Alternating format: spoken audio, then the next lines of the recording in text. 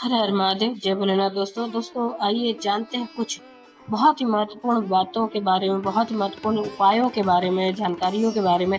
पूज्य गुरुदेव के श्रीमुख से उन्हीं की कथा के दौरान जब वो बता रहे थे, तो कुछ अंश को मैं यहाँ प्रस्तुत कर रही हूँ। तो चलिए सुनते हैं उन्हीं के श्रीमुख से बहुत ही महत्वपूर्ण जानकारी। और एक निवेदन आप सबसे करूंगा, जिसके घर में क्लेश ज्यादा मचता हो, बहुत ज्यादा क्लेश मच रहा हो, बहुत ज्यादा झगड़े होते हो, बहुत ज्यादा, तो महाराज शंकर भगवान थोड़ा सा चावल एक कटोरी में गला लो, थोड़ा सा चावल गलाओ, गलाकर उसको पीस लो, पीस कर उस चावल में थोड़ा सा चंदन, थोड़ी सी हल्दी डाल लो, उसका उपटन तैयार करो। बुधवार के दिन, कोई भी बुधवार, शंकर जी के मंदिर में जाकर शंकर भगवान के शिवलिंग पर उस चावल का लेपन करो। 7 लोटा पानी, मात्र 7 लोटा पानी शंकर को समर्पित करो, शिव को समर्पित। अपनी कामना कर अपना भाव रखो। जब वापिस चलो, जिस कटोरी में से भगवान शंकर को आपने उपटन लगाया था, वही कटोरी घर लेकर आओ। घर के मूल स्थान जो भी हैं, हर हॉल में, कमरे में की एक बिंदी लगा दीजिए। मात्र 3 बुधवार आप कर लीजिए। आपके घर में कभी क्लेश नहीं हो सकता। भूमि का कितना भी दोष होगा, सिद्ध हो। जिस घर में रुपया आ रहा है, जा रहा है, 1 रुपए कमा रहे हो, 100 रुपए खर्च हो रहा है, घर में पैसा नहीं दिख रहा, व्यापार तो चल रहे हो, घर में 4 लोग कमा रहे हैं, सब मिलकर कमा रहा है, तो पैसा नहीं दिख रहा, तो धन नहीं दिख रहा, रुपया नहीं दिख रहा। महाराज, अगर धन संचिता में नहीं पड़ रहा, धन संचिता में नहीं आ रहा, तो महाराज शिव महापुराण की कथा कहती है, तिल्ली का लेपन। तिल्ली, काले कलर की तिल को लेकर उसके साथ में थोड़ा सा चावल, और हमारे यहां चावल के साथ में चावल की धान आती है, आपको बाजार में मिल जाएगी चावल की धान, जिसको जौ का भाग अलग हो जाता है, जौ गेहूं की हो जाती है, पर चावल की धान कहते हैं उसको। इन तीनों को एक कटोरी में रख लो, तीनों को पानी में गलाना नहीं है, बस कटोरी में रख लो। महाराज, दरवाजे के नजदीक में, जब दरवाजे से अपन बाहर निकलते हैं तो उल्टे भाग में उसको रख दिया जाए। घर से 1 लोटा पानी जिसमें कच्चा दूध मिला हो, वो कटोरी शनिवार के दिन रखकर, रविवार को उठाकर ले जाकर कलश नीचे रखकर, सीधे हाथ में कटोरी रखकर शंकर जी को समर्पित कर दो। जल चढ़ा दीजिए। बाबा भोलेनाथ के जो चरण पादुका है, उस पादुका में वही चावल का भाग, वही जौ, जो आप चावल का धान बोलेंगे, धान, उसको लेकर दोनों भाग पर समर्पित कर दो। आते समय वो दोनों भाग पर चढ़ी हुई तीनों चीजें उठाकर लेकर आ जाइए। दुकान में, व्यापार में, व्यवसाय वाली जगह पर उसको रख दीजिए। कभी जिंदगी में संपदा कम नहीं होगी, महाराज, संपदा बढ़ेगी। 3 रविवार आपको करना की प्राप्ति के लिए, ये भूमि के दोष को मिटाने के लिए, एक एक पल, एक एक घड़ी, एक एक क्षण शिव बना था। 4 महीने चतुर्मास के भगवान विष्णु देव सोनी एकादशी पर जब सोने जाते हैं, तो भगवान शंकर को बुला करता, तुम करा सकते। इसलिए चतुर्मास की शुरुआत ही श्रावण से, इसलिए चतुर्मास की शुरुआत ही श्रावण से।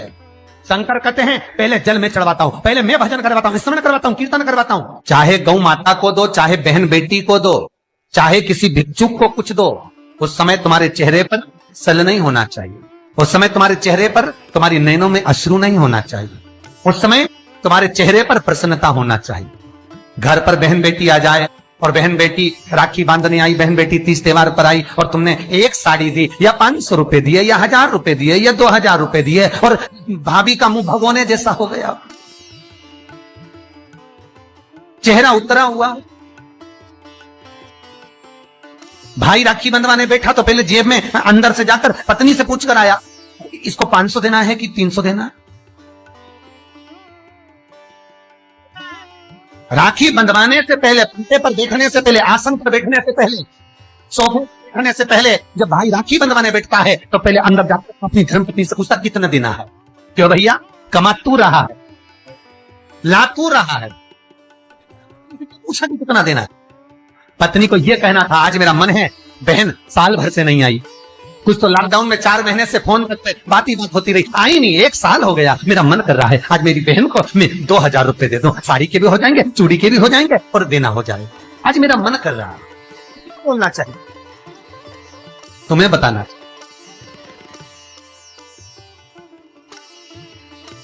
और अगर पत्नी को कहे पति कि तुम 2000 रुपए दे रहे हो, तो धर्म पत्नी का फर्ज है, पत्नी का फर्ज है, तुम भी किसी की बहन हो, तुम भी किसी की बेटी हो, तुम्हारा फर्ज है कि तुम अपने पति को कहो सुनो 2100 दो, मना नहीं है, 500 रुपए अलग से चूड़ी के दे दो, 500 रुपए अलग से बहन बेटी आई है तो गाड़ी का किराया दे दो।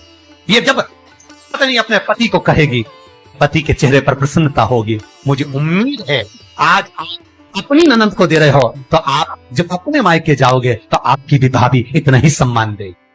क्यों? एक उंगली जो हम किसी पर उठाते हैं तो ये 3 उंगलियां हमारी ओर जाती है। हम एक के लिए अगर व्यवस्था कर, कहीं ना कहीं आपकी व्यवस्था भी पूर्णता में हो पाती है। आपकी व्यवस्था, आपका भाव, आपका आनंद, आप किसी के लिए अगर समर्पित हो रहे हो, आप किसी के लिए समर्पण कर रहे हो, आप किसी के लिए अग्रण्य हो रहे हो, तो वहां से पूर्ण अग्रण्य का भाव तुमको भी प्राप्त होगा।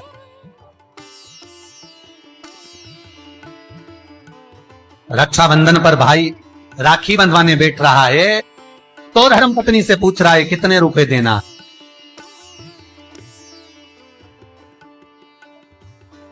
प्राण छूटने के बाद भगवान विष्णु लक्ष्मी से पूछे बता इसको नरक भेजू किस वक्त? अरे बोलो तो रे भाई, भगवान विष्णु की पत्नी से राय ले तो, भोले देने से पहले पार्वती से राय ले तो, इंद्र कार्य संभालने से पहले इंद्राणी से राय ले तो, ब्रह्मा ब्रह्माणी से राय ले तो नहीं।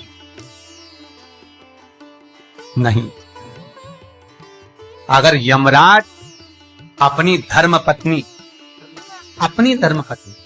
दक्षिण से पूछे, ए दक्षिणा तू बता कि ये जो मरा है इसको मैं स्वर्ग भेजूं कि नहीं? तो सबसे ज्यादा अगर दक्षिणा देवी बोलेगी तो एक ही बात बोलेगी यमराज की पत्नी, एक काम करिए इसको नरक भेज दो। क्यों? क्योंकि ये कभी दक्षिण मुख कर कोई काम ही नहीं।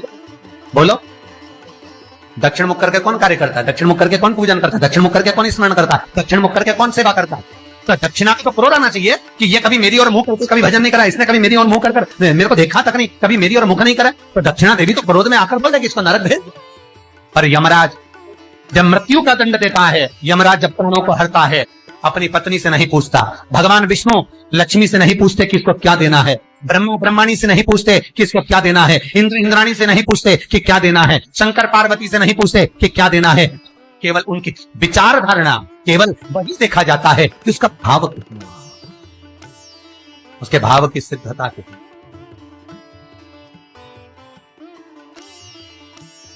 पर आज का जमाना में बहन जैसे ही आई राखी बांध, भैया चलो बैठो पाटे पे, अंदर अभी आया, अंदर गया, कितने देना, साड़ी रखी है मैंने निकाल दी है, धर्मपत्नी कहती है साड़ी निकाल दी मैंने, ये साड़ी दे देना, और सुनो साड़ी पे बस 500 रुपए रख देना, बहुत है, साड़ी भी तो दे रहा है। और ये तूने जो आनंद के साथ करा, तो अपने मायके जा और तेरी भाभी तेरे साथ करे तो तुझे कैसा लगेगा? 3 को देने से कभी नहीं घटता, शिव महापुराण की कथा कहती है। पहला बहन बेटी को देने से, दूसरा गौ माता को देने से, तीसरा संत ब्राह्मण को देने से कभी नहीं घटता महत्व, बढ़ेगा घटेगा नहीं। बहन बेटी को देने से कभी घटता नहीं है, तुमने जो दिया उसका 4 गुना अगले साल तक तुम्हें प्राप्त हो जाएगा। गौ माता को 1 रोटी दी है, गौ माता के निमित्त से 1 रुपया निकाला है, गौ माता के निमित्त से 1 रुपया भी अगर तुमने दान करा है, पुण्य करा है, उसके निमित्त यही तारीख लिख कर रखना, कितना पुण्य प्राप्त होता है, कितना फल प्राप्त होता है, कितनी लक्ष्मी प्राप्त होती है, देने से घटता नहीं है। तीसरा संत ब्राह्मण को देने से कभी घटता नहीं है, आपने जो दिया उसका 1000 गुना आपको प्राप्त हो जाता, 1000 गुना। श्री शिवाय नमस्तुभ्यं। तो उम्मीद करते हैं जानकारी आपको अच्छी और उपयोगी लगी होगी। अगर अच्छी और उपयोगी लगी तो एक लाइक छोटा सा अवश्य करिए। आप पहली बार मेरे चैनल पे आए तो मेरे चैनल को सब्सक्राइब करिए बेल नोटिफिकेशन अवश्य दबाइए जिससे आने वाला वीडियो आपको समय से प्राप्त हो सके। दोस्तों कोई भी प्रश्न या सुझाव कमेंट बॉक्स में लिख सकते हैं।